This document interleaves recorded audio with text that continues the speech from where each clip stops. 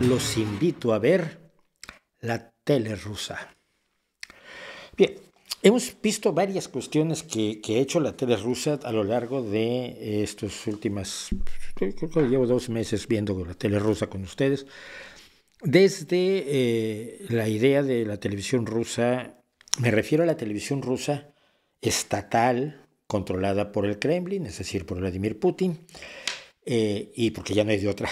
Antes había otras televisoras, pero han ido cerrando prácticamente todas y prácticamente todas son del gobierno o no mencionan asuntos que puedan ser problemáticos e incómodos, perdón.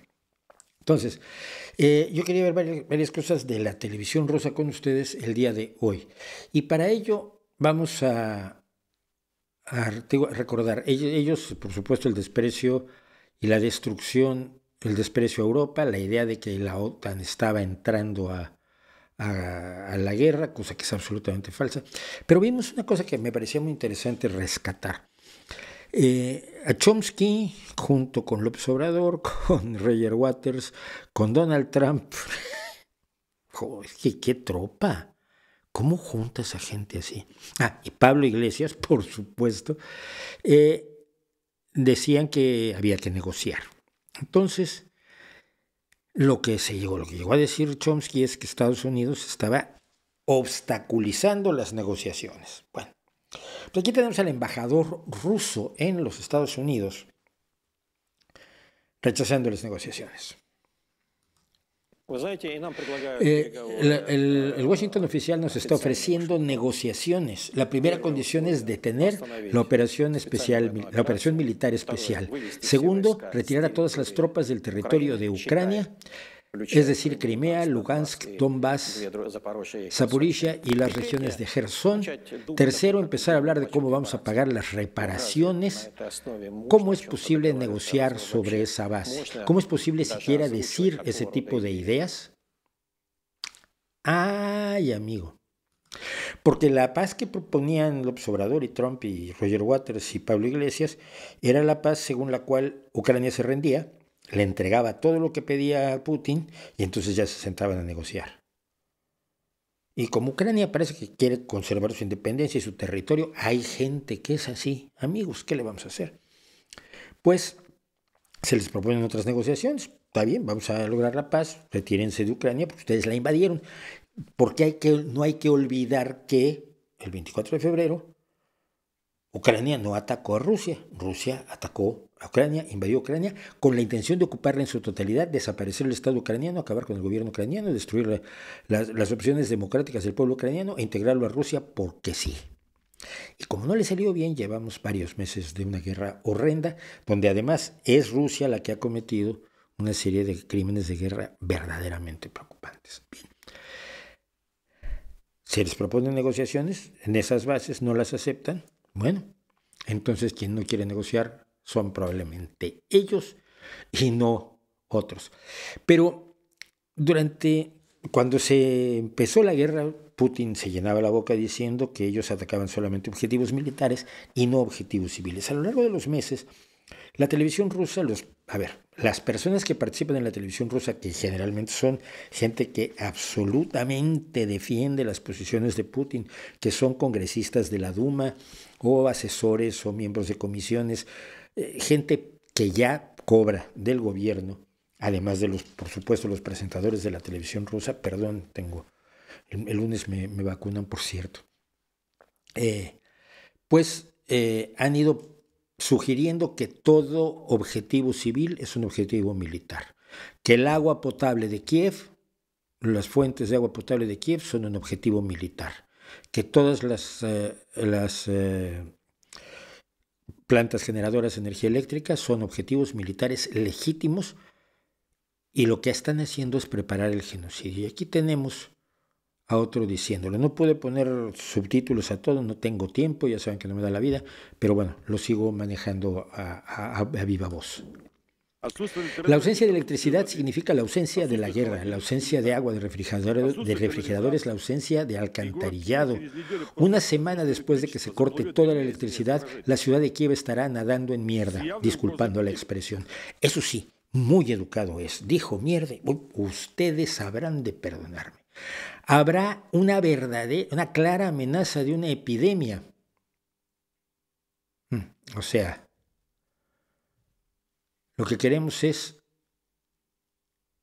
crear una epidemia y cortar el agua, el alcantarillado, la electricidad de la ciudad de Kiev, de los ciudadanos de Kiev, porque en Kiev no está destacada la mayor parte del ejército ucraniano, como usted sabe.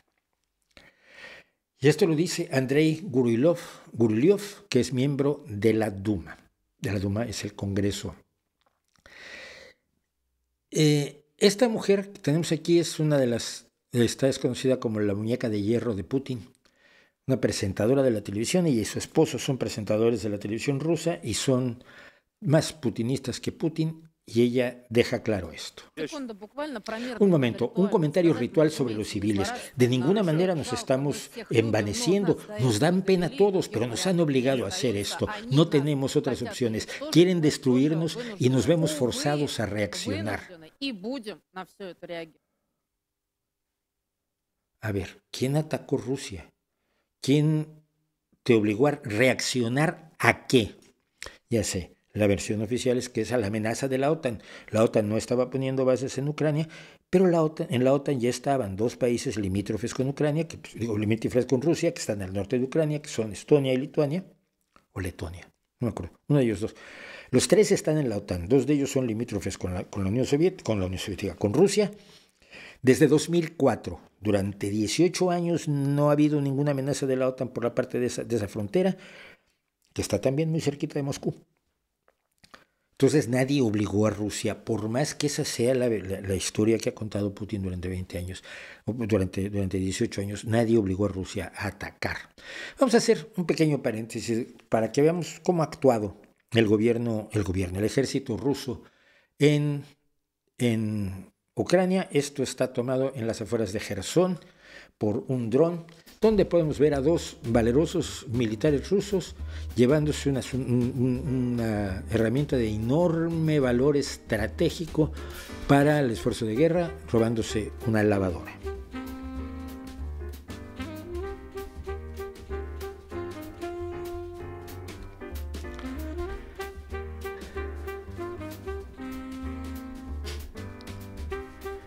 Junto con los saqueos, los asesinatos de civiles han sido la constante. Yo recuerdo otra vez a Manu Bravo, que es un hombre de izquierda, un periodista, un fotoperiodista de aquí de Asturias, que ha cubierto muchas guerras y que siempre ha estado a la izquierda mía, o sea, ha estado en los espacios de Izquierda Unida o de Podemos, reclamándole a la base que estén blanqueando a Putin cuando él está en Ucrania viendo de primera mano los crímenes de guerra que está cometiendo el ejército de Putin. Un ejército que además no es un ejército profesional, un ejército donde ahora están mandando gente al frente con 2 días de entrenamiento. Es terrible. Bueno, es terrible, pero seguimos. Se trata no de ganar la guerra, sino de destruir Ucrania, según los tertulianos de la televisión del Kremlin. Vean a este grupo de payasos, se refiere a los ucranianos. En algún punto del tiempo es mejor volarlos a todos para que no quede nada. Cuando ve uno a estos personajes deplorables, que no tienen nada sagrado, que han traicionado la memoria de sus padres y de sus abuelos, han traicionado a su pueblo, a su historia, están sirviendo como perros de la OTAN. Se está refiriendo a los ucranianos. Está diciendo que los ucranianos, al no querer ser rusos, están traicionando su historia, la patria, sus abuelos, etc. Y son, por supuesto, los perros de la OTAN cuando no pertenecen a la OTAN. Hay que recordar esto, Ucrania no puede pertenecer a la OTAN porque desde 2014 tenía un conflicto en la región del Donbass, financiado y promovido por Putin, que mantuvo a los separatistas ucranianos, a los separatistas rusófilos, y por lo tanto, al haber un conflicto en el país, la OTAN no te permite que te vuelvas miembro de ella, tienes que estar en paz. Así que no había ningún riesgo de que Ucrania entrara a la OTAN. Pero han traicionado a su pueblo, a su historia, son los perros de la OTAN, Hablan de Ucrania, que Ucrania está destruida en ruinas. No lo está, eso afortunadamente no lo está. Pero también puedes decir que además de las epidemias, el hambre es lo que mejor te puede ir. Y esto lo dice Margarita Simonian, que es la directora de Russia Today, RT, este canal que estaba diseñado para difundir propaganda rusa, pero cuya presencia es importante por lo que viene después. A aumentar la idea de que la gente quiere comer. Hay una broma un chiste muy cínico que apareció, ni siquiera es un chiste, es un grito que hay en Moscú, que se le he oído varias veces a distintas personas y dicen: toda nuestra esperanza es la hambruna. Esto es lo que significa. Significa que la hambruna empezará ahora y levantarán las sanciones y serán amigos nuestros porque se darán cuenta de que es necesario. Y ahí no se refiere a los ucranianos solamente, se refiere a toda Europa. Si sumen a Europa en el hambre, seremos amiguitos. Como persona que vive en Europa, siento que están un poco haciendo la guerra contra mí. No sé si están ustedes de acuerdo, quizás me equivoco. Pero el escándalo de la semana quería yo que lo viéramos en pleno, y es el escándalo que se armó debido a lo que dijo el señor Krasovsky, que es un presentador de la televisión rusa, y que dijo lo siguiente. Estaba entrevistando a Sergei Lukashenko, escritor de ciencia ficción, y él está hablando, Lukianenko, está hablando de los niños que en las zonas ocupadas por el ejército ruso dicen que los moscovitas, la gente de Moscú está ocupándolos. Dice, es un nivel de fantasías enfermizas. Recuerda todas esas historias sobre el Viagra, que se le daba Viagra a los soldados para que violaran a abuelitas ucranianas. Y dice este personaje, vaya, estas abuelitas se gastarían lo que han ahorrado para su funeral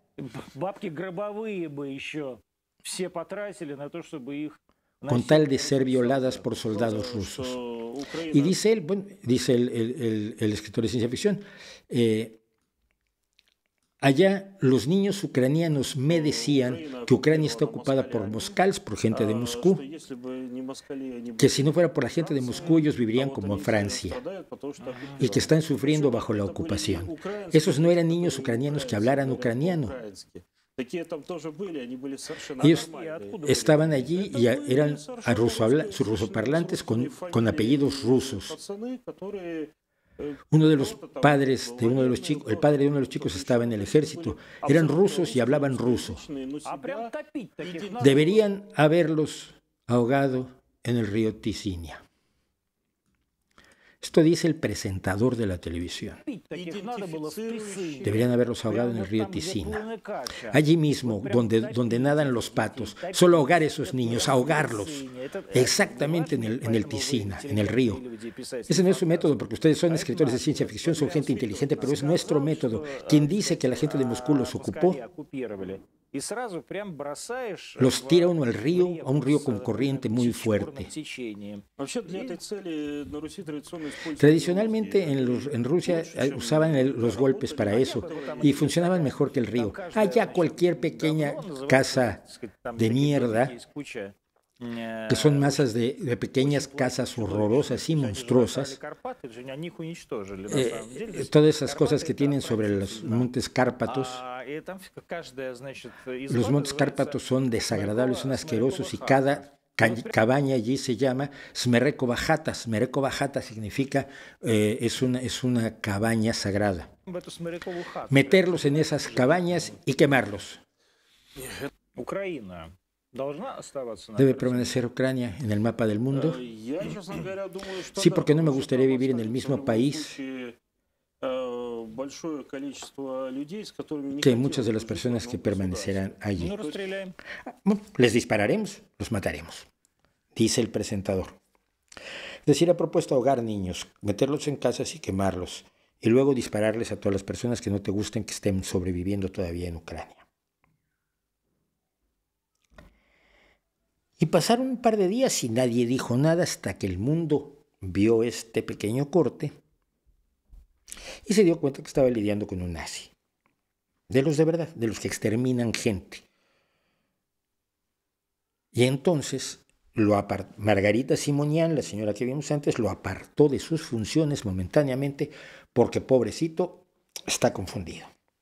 Él se disculpó, dijo que se había dejado llevar, pero que realmente no creía en todas esas cosas porque, qué barbaridad. Y aquí empezó un fenómeno además de lo más curioso. Margarita Simonian dijo que su deber como rusa y como cristiana ortodoxa era perdonar a Anton Krasovsky después de que se arrepintió. Por supuesto, Krasovsky le ofreció disculpas a Russia Today, a sus colegas, a Margarita Simonian, pero no a los ucranianos, no a los niños ucranianos a los que quería ahogar y quemar en sus cabañas.